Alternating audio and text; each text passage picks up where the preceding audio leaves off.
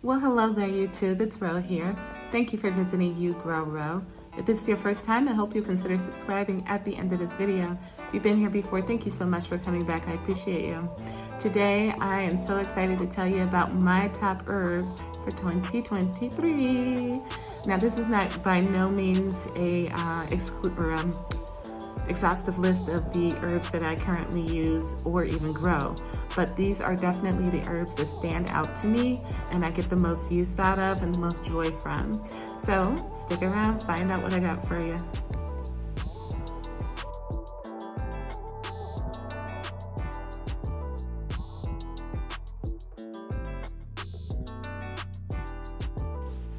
So thyme, I use it for everything from cooking to medicine in the form of tinctures. I especially love it in my ramen and noodle soups. Many great uses and benefits as well. It dehydrates great and is very reliable perennial here in my Zone 6 Ohio garden. It's potent antioxidant and it's a good antiseptic. It's great for respiratory health and anti-aging. Also useful is its compounds which help relieve muscle cramps and menstrual pain. But there's so much more, guys, really. Do the research. Thyme is amazing in so many ways. Parsley is to me how basil is to most anyone else. When cooking, basically I reach for anything basically. I reach for parsley above all else. It's like the yin to my yang, so to speak. And I prefer it fresh or dried rocks my boat as well. But I would take dried parsley over fresh basil any day as far as flavor is concerned.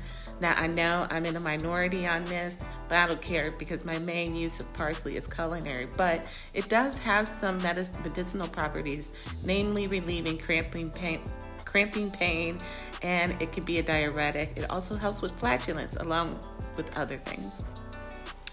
Feverfew, which is a perennial with like daisy-like heads.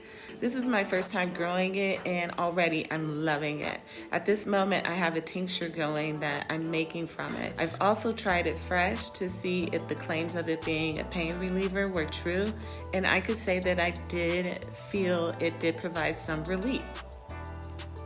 Not only is it lovely looking in the garden, but they say it's useful to prevent and treat migraine headaches. Luckily for me, I don't have migraines and don't get headaches that often either, but it possesses anti-inflammatory properties as well. It's helpful in psoriasis and arthritis. Anyway, I'm looking forward to finding many uses for my newfound plant ally. Feverfew. So, ginger. Not only is ginger delicious, but it's also good for you. It's another twofer, if you will. This is another one that I use in my fire cider. Not only that, I use ginger for tea.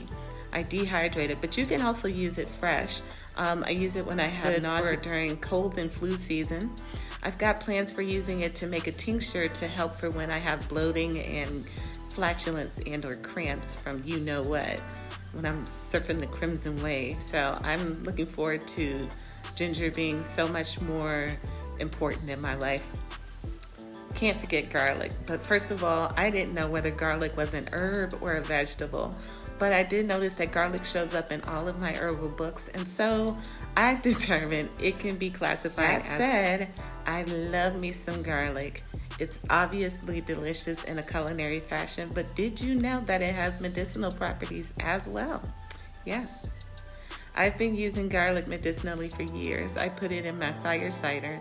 I also keep a jar of it fermented garlic cabinet in my kitchen for when I feel something coming on, like a cold or whatnot.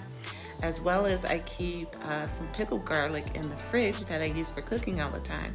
Garlic is great for colds and flus and coughs and fungal infections and so much more.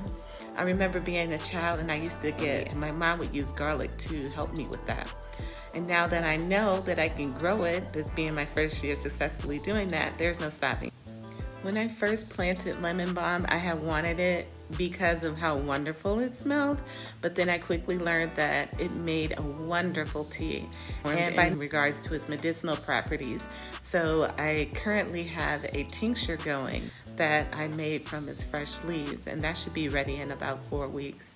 It's great for being calming and assisting you with anxiety. Next up is sage, and I really have no culinary use for sage aside from Thanksgiving time, but wouldn't you know, it makes a very useful tincture.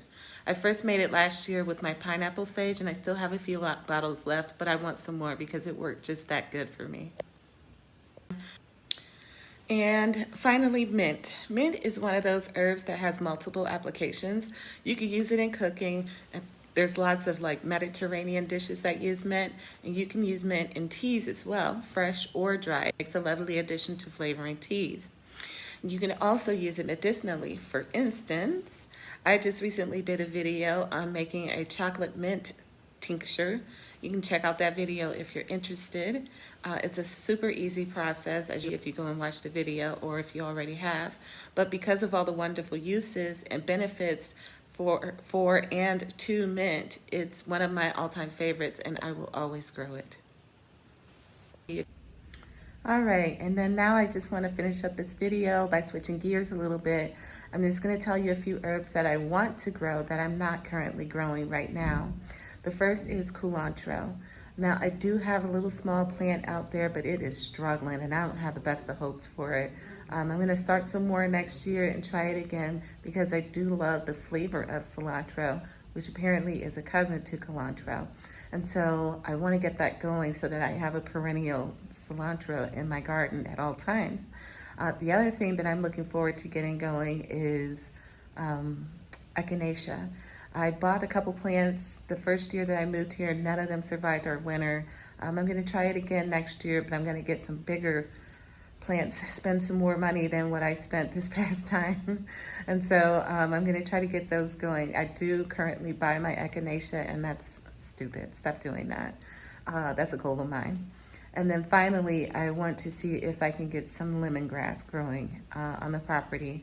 I bought a few plants. Again, just like the echinacea, it did not survive. But I know that it grows here because I see it in other people's yards. And so I'm going to buy larger plants than I did the past year. I was being cheap, and I bought small plants, and they didn't survive our winter. So this is my chance to do it again, but I'm going to do it right. All right, guys, I hope you got something out of this video. And please leave a comment down below, and I'll see you guys in the next video. Take care. Happy growing. Bye.